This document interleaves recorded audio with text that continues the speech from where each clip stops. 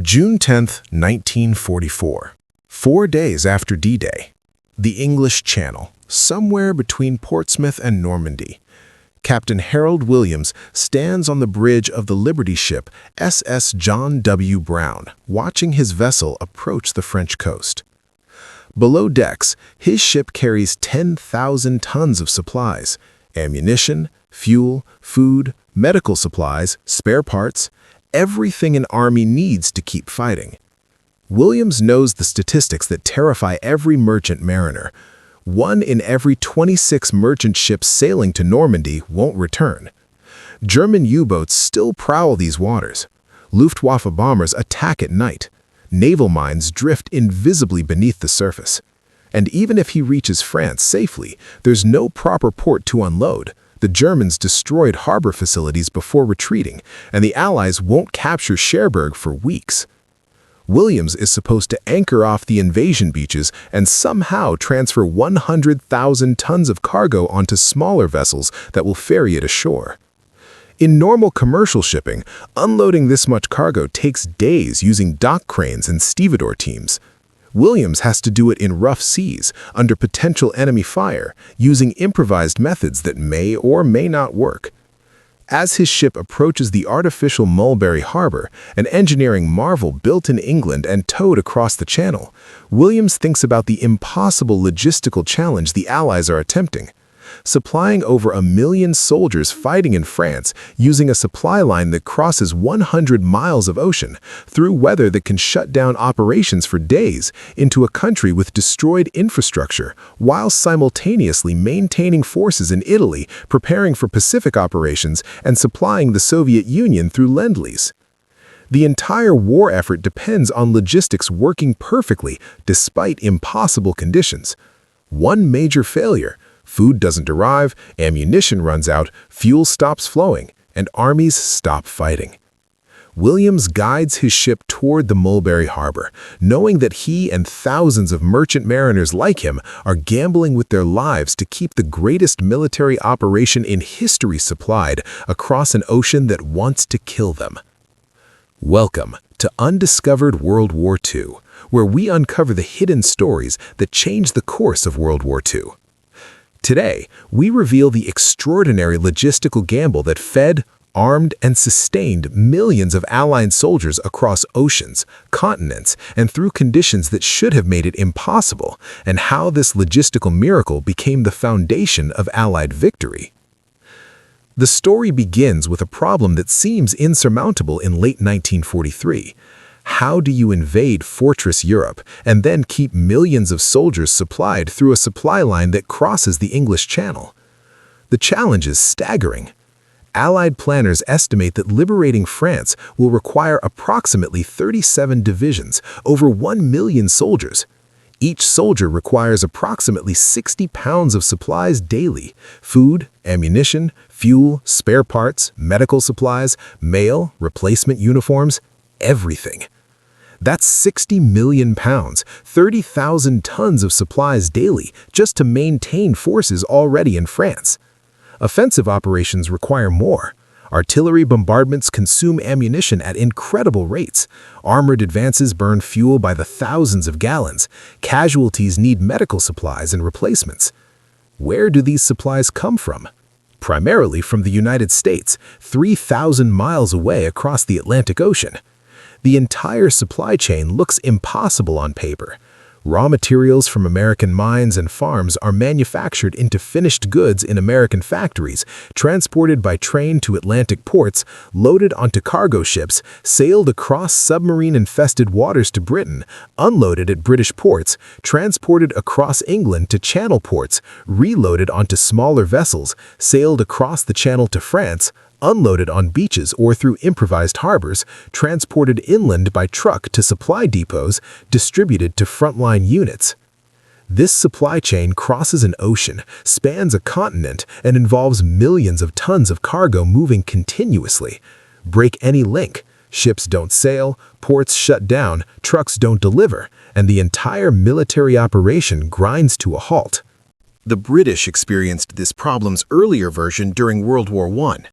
Supplying the British Expeditionary Force in France required massive logistics operations, but at least they had French ports to use. Cargo ships could dock at Le Havre or Boulogne, unload using port facilities, and supplies moved inland by rail. For Operation Overlord, the invasion of France, the Allies can't count on capturing ports quickly. The Germans will destroy port facilities before retreating. Cherbourg, the nearest major port, might not be captured for weeks. The Allies must invade and then supply their army without using conventional ports for potentially months. This has never been done before. There's no historical precedent for sustaining a major military campaign across a sea barrier without ports. The solution is audacious. Build artificial ports in England, tow them across the English Channel, and install them off the invasion beaches. These Mulberry harbors, named after the code name for the project, are massive engineering undertakings. Each mulberry consists of concrete caissons the size of office buildings that are sunk to form breakwaters, floating pier systems that adjust to tidal changes, and roadways connecting everything to shore. The components are constructed in British shipyards and harbors, then towed across the channel by tugboats and positioned off the Normandy coast. The scale is incredible. Each mulberry requires approximately 600,000 tons of concrete and steel. Construction employs over 40,000 workers. 2 complete harbors are built, one for the American sector at Omaha Beach, one for the British-Canadian sector at Aramash. When operational, each mulberry can handle approximately 7,000 tons of cargo daily, equivalent to a medium-sized commercial port. The engineering challenges are immense, designing structures that can survive storms and tides, creating floating roadways that adjust to 6-foot tidal ranges, developing systems for transferring cargo from ships to piers in rough seas. The mulberry harbors work, but barely. The American mulberry at Omaha Beach is destroyed by a massive storm on June 19th, just 13 days after D-Day. Winds exceeding 40 miles per hour and waves over 10 feet high tear apart the artificial harbor, sinking ships and destroying piers. For 3 days, all supply operations cease while the storm rages. When it finally clears, the Omaha mulberry is a wreck, 80% destroyed, beyond economical repair. The British mulberry at Aramash survives, but is damaged. Allied supply operations are suddenly in crisis. The American sector loses its primary unloading facility just as the campaign is beginning. The response demonstrates both American improvisation and the redundancy built into Allied logistics planning. Engineers rapidly expand beach unloading operations. Ships simply run aground at high tide, unload directly onto beaches using amphibious trucks, WW2s, and landing craft, then refloat when the tide rises. It's slow, labor-intensive, and vulnerable to weather, but it moves enough supplies to keep armies advancing. The transportation challenge intensifies as Allied forces break out from Normandy in August 1944. Armies advance faster than logistics can follow. The port of Marseille in southern France isn't captured until mid-August. Antwerp's port facilities aren't operational until late November because the Scheldt estuary remains in German hands. This means supplies still flow primarily through Normandy beaches and Cherbourg, then trucked hundreds of miles to frontline units approaching the German border. The distances are staggering. By September 1944, some American units are 400 miles from supply sources. Trucking supplies this distance requires enormous vehicle fleets and consumes vast quantities of fuel just to move fuel. The Red Ball Express emerges as the solution, a dedicated truck convoy system running supplies from Normandy to forward units. At peak operations, approximately 6,000 trucks operate continuously on designated routes, moving 12,000 tons daily. Drivers work brutal hours. 20-hour shifts are common. Trucks are driven until they break, then abandoned and replaced. The system is magnificently inefficient. Trucks consume approximately 1 gallon of fuel for every gallon delivered to frontline units, but it keeps armies supplied during the critical period between Normandy breakout and opening of closer ports. Food logistics deserves special attention because feeding over 1 million soldiers is an extraordinary challenge often overlooked in military histories focused on combat operations. The U.S. Army's standard field ration is the C ration, canned meals designed for consumption without preparation. Each C ration provides approximately 3,000 calories and weighs about 3 pounds. A soldier eats 3 C rations daily, meaning food alone weighs 9 pounds per soldier per day. For 1 million soldiers, that's 9 million pounds, 4,500 tons of food daily. This doesn't include hot meals served when units are in reserve, fresh food for hospitals, or special rations for various conditions. The logistics of food are complicated by preservation requirements. C rations are canned and stable, but fresh food spoils. Meat, vegetables, fruit, dairy all require refrigeration or rapid consumption. The Army establishes refrigerated warehouses in Britain and France, maintains cold storage ships, and runs refrigerated trucks to forward areas. Despite these efforts, fresh food is often unavailable at front lines. Soldiers subsist on C rations for weeks, sometimes months. The monotony and nutritional inadequacy of C rations affects morale and health. Soldiers joke bitterly about 3 lies in 1 can. C rations supposedly containing meat, vegetables, and dessert, but tasting like none of them. Ammunition logistics are even more complex. Different weapon types require different ammunition. Rifles, machine guns, mortars, artillery, tank guns, anti-tank weapons, anti-aircraft guns, each using specific ammunition types that aren't interchangeable. An infantry division uses approximately a dozen different ammunition types. An armored division uses more. Multiply this by 37 divisions in France, and you get some sense of the inventory management nightmare. Supply officers must forecast ammunition consumption for upcoming operations, request appropriate quantities, ensure correct types arrive at correct locations, and distribute them to units before operations begin. Artillery ammunition consumption is staggering. A single 105mm howitzer battery firing a 30-minute bombardment can expend 1,000 rounds, approximately 20 tons of ammunition. Major operations involve dozens of artillery battalions firing simultaneously. The artillery preparation for Operation Cobra, the Normandy breakout, consumed approximately 140,000 artillery rounds in the first hours. This ammunition was manufactured in American factories, shipped across the Atlantic, transported across England, moved to France, stockpiled at ammunition dumps, and delivered to firing batteries, all coordinated to ensure shells arrived before the operation began.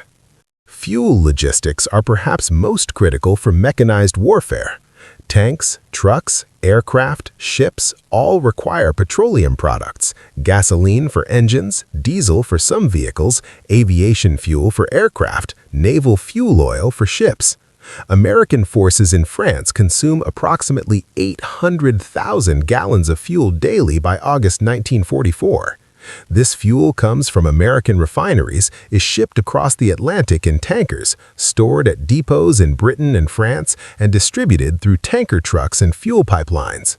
The volume is so immense that the Allies construct the Pluto pipeline under the ocean, pumping fuel from England directly to France, delivering approximately 1 million gallons daily by September 1944. Medical logistics save thousands of lives through rapid treatment and evacuation. The medical supply chain includes plasma, blood, surgical supplies, medications, bandages, and countless other items required for treating combat casualties. Plasma is particularly critical. Whole blood spoils quickly, but plasma can be stored and transported more easily. American medical units use plasma extensively for treating shock and blood loss.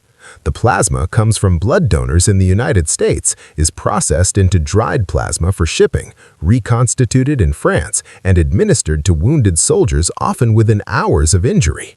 This rapid treatment dramatically improves survival rates compared to previous wars. The casualty evacuation chain is itself a logistics marvel. Wounded soldiers are stabilized at battalion aid stations, evacuated to regimental collecting stations, moved to division clearing stations, transported to field hospitals, then evacuated to general hospitals in rear areas or back to Britain for complex treatment. The entire chain from injury to surgery can be under 6 hours, remarkably fast given the distances and conditions. This rapid evacuation and treatment means soldiers with wounds that would have been fatal in World War I survive and often return to duty. Spare parts logistics are unglamorous but essential. Vehicles, weapons, and equipment break constantly under combat conditions. A tank might need a new track, an engine part, a radio component. A truck needs replacement tires, brake parts, engine seals. Artillery pieces require firing mechanism parts, sights, elevating gear components. The Army maintains enormous inventories of spare parts, tens of thousands of different items, and distributes them through supply depots to unit maintenance sections. Without this parts supply, equipment becomes deadlined, out of service waiting for parts, and combat effectiveness degrades. The scale of spare parts logistics is mind-boggling. A single Sherman tank contains approximately 4,000 individual parts, many of which wear out or break. Multiply this by 20,000 tanks the Americans deploy in Europe, and you understand the inventory challenge. Supply officers must forecast which parts will be needed, in what quantities, at which locations. Forecasting errors mean either shortages that immobilize vehicles or surpluses that waste shipping space and storage capacity. The Port of Antwerp's capture and clearance illustrates logistics' importance to strategic operations. Antwerp is Europe's largest port, capable of handling enormous cargo volumes. The city is captured relatively intact on September 4, 1944, but the port can't function because the Scheldt estuary, the 50-mile water approach to Antwerp, remains in German hands. Allied forces must fight for 2 months to clear the estuary, suffering significant casualties in difficult amphibious and land operations. Antwerp port doesn't become operational until late November 1944. Once operational, Antwerp transforms Allied logistics. The port handles over 40,000 tons daily, more than all Normandy beaches and Cherbourg combined. This volume allows the Allies to build supply stockpiles for the final offensives into Germany. Without Antwerp, sustaining the Allied armies through winter and into spring 1945 would have been nearly impossible. The port's importance explains why the Germans targeted Antwerp with V-2 rockets. More V-2s hit Antwerp than London because destroying the port would have crippled Allied operations. The Battle of the Bulge in December 1944 tests Allied logistics systems to breaking point. The German offensive disrupts supply routes, captures American supply dumps, and threatens to reach the Meuse River and Antwerp itself. If successful, the offensive would cut Allied supply lines and potentially isolate multiple armies. The logistics response is extraordinary. The Third Army, commanded by General George Patton, pivots 90 degrees northward and moves 100,000 soldiers and thousands of vehicles over 100 miles in less than a week in winter weather, while maintaining supply lines. This operational maneuver requires moving approximately 300,000 tons of supplies, coordinating fuel deliveries, repositioning ammunition dumps, and establishing new supply routes. That it happens successfully while major combat operations are ongoing demonstrates how robust Allied logistics systems have become. The airlift to Bastogne during the Bulge shows logistics flexibility. The surrounded 101st Airborne needs supplies desperately. Ammunition, crude, medical supplies. Normal ground supply routes are cut. The solution is airlift. C-47 transports drop supplies by parachute directly into the defensive perimeter. Over 4 days, 962 sorties deliver 850 tons of supplies. This aerial resupply keeps Bastogne's defenders fighting until ground relief arrives. The operation demonstrates that Allied logistics can adapt rapidly to changing circumstances, finding alternative solutions when primary methods fail. The human element of military logistics is often invisible in histories focused on combat operations. Logistics units, quartermasters, transportation corps, ordnance units, Engineers comprise approximately 30% of Allied forces in Europe. These soldiers rarely see combat but work continuously under harsh conditions to keep supplies moving. Truck drivers drive through blackout conditions on dangerous roads. Stevedores unload ships in all weather. Supply clerks track millions of items through complex inventory systems. Warehouse workers handle tons of cargo manually. These unglamorous jobs are absolutely essential. Without them, combat units can't function. Merchant mariners deserve special recognition. They're civilians, not military personnel, but they sail through U-boat-infested waters carrying supplies. Merchant marine casualties are proportionally higher than most military branches. 1 in 26 merchant mariners serving dies in the war, killed by U-boat torpedoes, mines, air attacks, or storms. Yet they keep sailing, knowing each voyage might be their last, because they understand the entire war effort depends on supplies reaching Europe. Captain Harold Williams and thousands like him are genuine heroes whose contributions are often overlooked in favor of more dramatic combat stories. The Liberty Ship program exemplifies American industrial capacity applied to logistics. Liberty ships are mass-produced cargo vessels, standardized design, prefabricated components, assembly line construction methods. American shipyards produce approximately 2,700 Liberty ships between 1941 and 1945, an average of 2 ships per day at peak production. Each ship carries 10,000 tons of cargo. This maritime fleet gives the Allies cargo capacity that the Axis powers simply cannot match or counter. German U-boats sink hundreds of Allied ships, but American shipyards build replacements faster than U-boats can sink them. By 1943, Allied shipping tonnage is increasing despite losses, an impossible situation for Germany. The statistics of Allied logistics in Europe are staggering. Between D-Day and VE Day, the Allies move approximately 4.5 million soldiers to Europe, 1.5 million vehicles of all types, 18 million tons of supplies, 800 million gallons of fuel, 50 million tons of ammunition. These numbers represent the largest logistics operation in human history to that point. The coordination required, forecasting needs, scheduling shipments, allocating shipping space, routing convoys, unloading cargo, distributing supplies, tracking inventory, is itself a monumental achievement. It requires thousands of logistics planners, sophisticated forecasting methods, communication systems, and organizational structures that didn't exist before the war. The Soviet Union's logistics are partially sustained by American Lend-Lease. The United States supplies the USSR with approximately 400,000 trucks, 11,000 aircraft, 13,000 tanks, 1.9 million tons of food, and countless other supplies. These materials arrive via multiple routes: Arctic convoys to Murmansk, Persian corridor through Iran, Pacific route to Vladivostok. Each route faces unique challenges. Arctic convoys endure harsh weather and German attacks. The Persian corridor requires building roads and rail lines through mountains. The Pacific route risks Japanese interdiction. Yet the supplies keep flowing, allowing Soviet forces to maintain offensives that grind down German forces on the Eastern Front. The Pacific War presents even more extreme logistics challenges. Distances are enormous, 5,000 miles from American bases to combat zones. There's no existing infrastructure. Most Pacific islands have no ports, roads, or facilities. Everything must be brought by ship. Troops, vehicles, supplies, fuel, ammunition, construction materials, even water for some islands. The island hopping campaign requires building entire logistics bases on coral atolls that were uninhabited jungle weeks earlier. Seabees, construction battalions, perform miracles of engineering, building airfields, harbors, roads, and facilities under combat conditions. The logistics gamble succeeds because multiple elements align.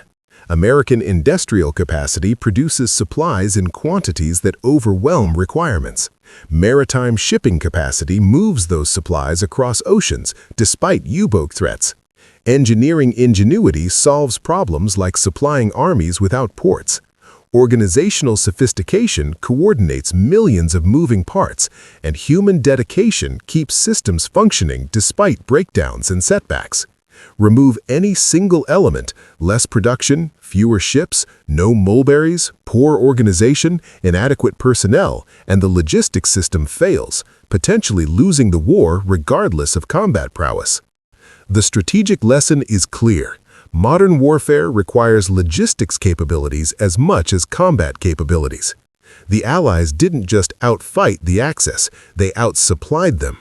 German and Japanese forces frequently lost, not because they were outfought, but because they ran out of fuel, ammunition, food, spare parts, or replacements. Allied forces could sustain operations indefinitely because their logistics systems continued functioning despite enormous challenges. This logistics superiority was built through industrial capacity, engineering innovation, organizational excellence, and human dedication across thousands of unglamorous jobs that kept supplies flowing across oceans and continents. The gamble worked. The million-man army fighting in France stayed fed, fueled, armed, and equipped despite supply lines crossing an ocean and hundreds of miles of territory. When logistics systems were stressed, storms, unexpected advances, enemy action, they adapted and continued functioning. This reliability gave Allied commanders operational freedom that German commanders lacked. Eisenhower could plan offensives confident that logistics would support them. German commanders constantly worried about fuel shortages and ammunition rationing limiting operations. This confidence disparity affected strategic decision-making and ultimately contributed to Allied victory as much as any combat engagement. If this story revealed how wars are won behind the front lines, hit that like button. Comment which aspect of World War II logistics surprised you most. Share this with anyone who thinks battles are won only by soldiers with guns. They need to understand that logistics wins wars. Until next time, remember, amateurs study tactics, professionals study logistics, because the best strategy means nothing if your soldiers have no ammunition, food, or fuel. This is Undiscovered World War II, where we reveal the hidden truths that changed history.